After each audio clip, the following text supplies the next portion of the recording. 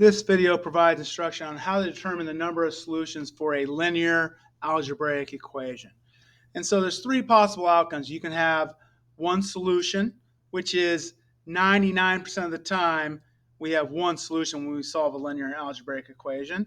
And we have a couple special cases where you can have no solution or infinite solutions. So let's look at the classic. First one is the typical equation we have.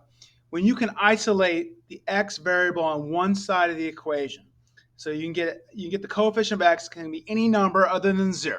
So as long as the coefficient of x is any number other than 0 on one side of the equation, you're going to be able to solve that. So here we get 6x equals 42. We know we can solve that for x equals 7. One solution. Okay, the two special cases is when you get the coefficient of x to be the same on both sides. So here we have 3x on the left, 3x on the right. One down here, we have 7x on the left, 7x on the right. So both those situations, if you use inverse operations and we subtract 3x from both sides in this first one, we're going to get a false statement, 8 equals 1. On the one below here, if we subtract 7x from both sides, we're going to get 9 equals 9, which is a true statement. Okay? So the one for no solution is when you have the coefficient of x is the same on both sides, but the constant, the number, is different. Therefore, those will never be true, because whatever I substitute in for x, let's say you put in x is 10, you're going to get 30 plus 8 is 38 on the left, and you're going to get 30 plus the 1, which is 31 on the right. It will not be equivalent. And no matter what value of x you plug in, it will not work. Conversely, the one with infinite solutions, sure, I could plug in 10 for x, right? I get 70 plus 9, 79 on the left, and 7 times 10 is 70 plus 9 is 79 on the right. How about if I plug in negative 1? All right, 9 plus 7 times negative 1 is 9 plus negative 7, which is 2.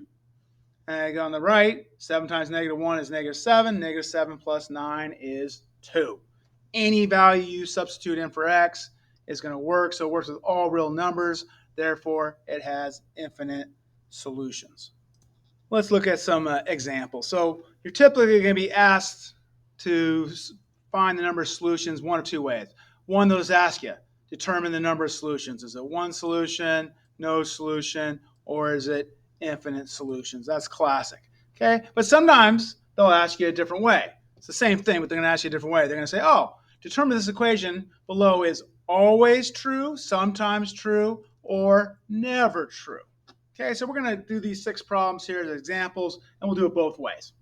All right, so number 1, first thing we need to do is we need to combine like terms, so make it look so we can see what's going on here, right? So we have 2x and 2x, that's 4x plus 2 equals 4x plus 2. Okay, we know we got a special situation here. We got the 4x on both sides of the equal sign, but then we also have the constant is 2 for both of them.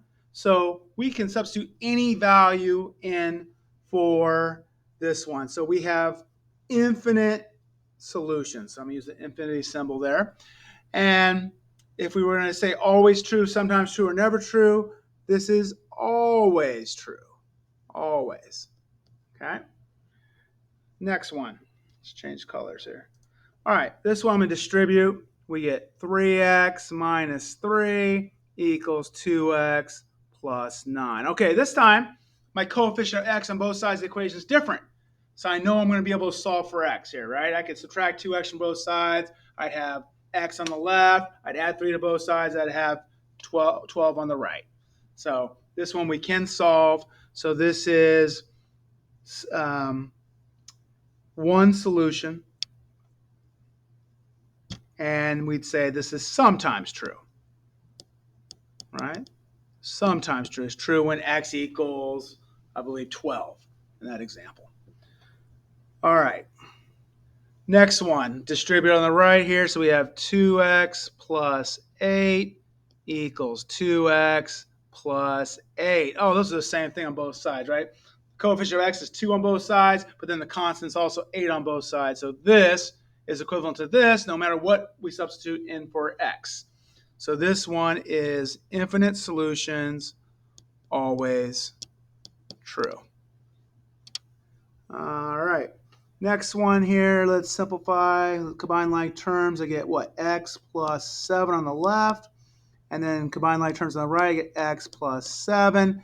Again, same coefficient for x, which is 1. Same constant on both sides, which is 7. This is infinite solutions, always. All right, next one. Distribute negative 2x minus 2 equals negative 2x plus 5. Okay, our coefficient of x on both sides of the equal sign is the same. It's negative 2. All right, so we know if we add 2x to both sides, the x is going to go away. It becomes 0x. All right, but now look at the constant. The constant on each side is one side has negative 2 here, and the other side has 5. So no matter what value you substitute in for x, you are going to get a different total for the left side and the right side. They will not be balanced. It will not be equivalent. Therefore, this is an example of no solutions. And this would be never true. There's no value. There's not a value that we can substitute in for x that's going to ever make that true. So it's never. Okay, and the last one here. Combine like terms, I get what? 6x plus 2 equals 3x minus 7. All right, this is the classic, right?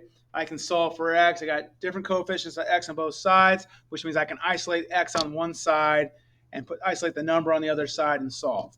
So this is your classic one solution, which means it is sometimes true for one value of x. Okay, hope that helps. Thanks for watching.